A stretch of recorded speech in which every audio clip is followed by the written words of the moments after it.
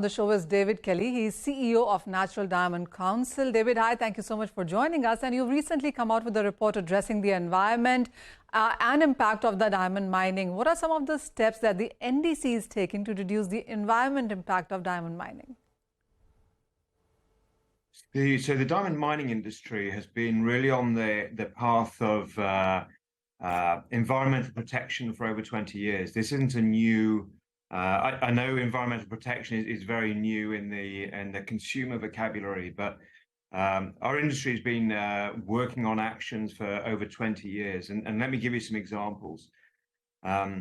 This industry, we protect over 2,000 square kilometers of biodiversity in the countries where diamonds are mined from, and that's 4 times the area of the mines themselves. So very, very keen to make sure that where there is a mine that is built, that biodiversity is really protected. And in building a mine, in the first place, there are very strict requirements in order to be able to get a license to mine, in terms of both the opening of the mine, the protection of biodiversity, and the restoration at the end of its life. Mining companies have to put down significant funds of money in order to be able to ensure that the areas where the mines are created are restored to their original place. Companies like De Beers, who are the largest diamond mining company in the world, they are committed to being carbon neutral by 2030. They have a number of amazing actions in place in order to be able to achieve that. A big part of that is developing renewable energy in parts of the world where diamonds are mined from, where it's less common. Also, the adoption of hydrogen fuel cells and electric vehicles in the trucks that are used in the mining process. David, when you talk about carbon footprint and climate change, a lot of customers are already sold on the thought that LDGs or lab-grown diamonds are a more conscious choice. What's your thought on this, and how would you support your side of story? Yes, it's unfortunate that there is a lot of greenwashing around at the moment, and I think LGDs have been a part of that as well. Most lab-grown diamonds are produced in large-scale factories using energy from the grid, using carbon-emitting fuels. So there is no doubt that there is a misconception on behalf of some consumers.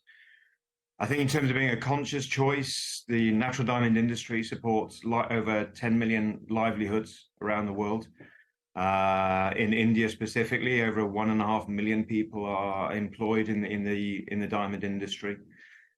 And again, going back to the countries from which diamonds themselves are recovered, over 80% of the value of a natural rough diamond actually stays in that country. So in terms of conscious choice, it's a large part of the value of a natural diamond is going towards the communities, going towards the people.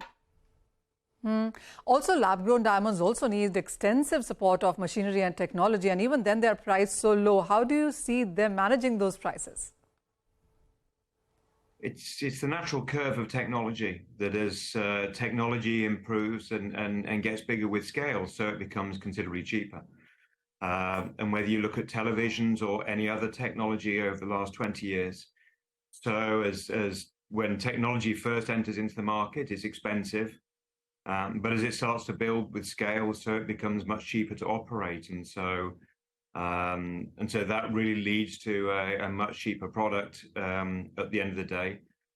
It's obviously also, once it gets to a scale, competition in the market also starts to come into the economics of it, and again, that in turn also drives down the prices of the commodities. So it's somewhat inevitable. And really just the natural curve of how technology performs. David, you can buy a lab-grown diamond at 30% of the cost of the natural diamond, and then a lot of people talk about on how you cannot distinguish between lab-grown diamonds to natural diamonds. What is it that you see? I'm sure there are equipments and stuff that can distinguish both of these. Yeah, so natural diamonds are formed between 1 and 3 billion years ago, about 100 miles under the surface of the Earth. So they were formed over a long period of time. By contrast, lab-grown diamonds are produced in a factory over a matter of just a few weeks, and so because of that, there are differences in the crystal structure of a lab-grown diamond.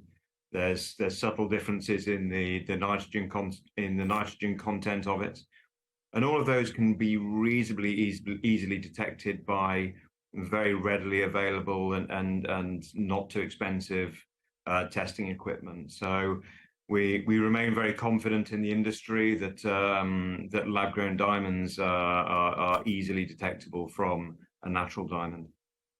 Point is well taken. So, David, how would you look at the natural diamond industry, and with India contributing in such a big way to the lab-grown diamonds as well? How do you see natural diamonds? How would you see India adopting both of these? How would you look at the projection of the next 5 to 10 years for the sector? It's probably one of the fastest growing markets. The biggest markets in the world are the US and China at the moment, and India is third to those. But without a doubt, we would anticipate that India will be the fastest growing market for diamonds and diamond jewelry over the next 10 years.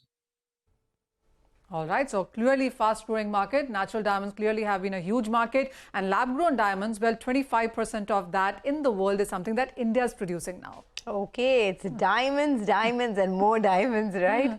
If the spike in gold was not enough, then here, look at the way diamonds are moving. Big. But thanks a lot.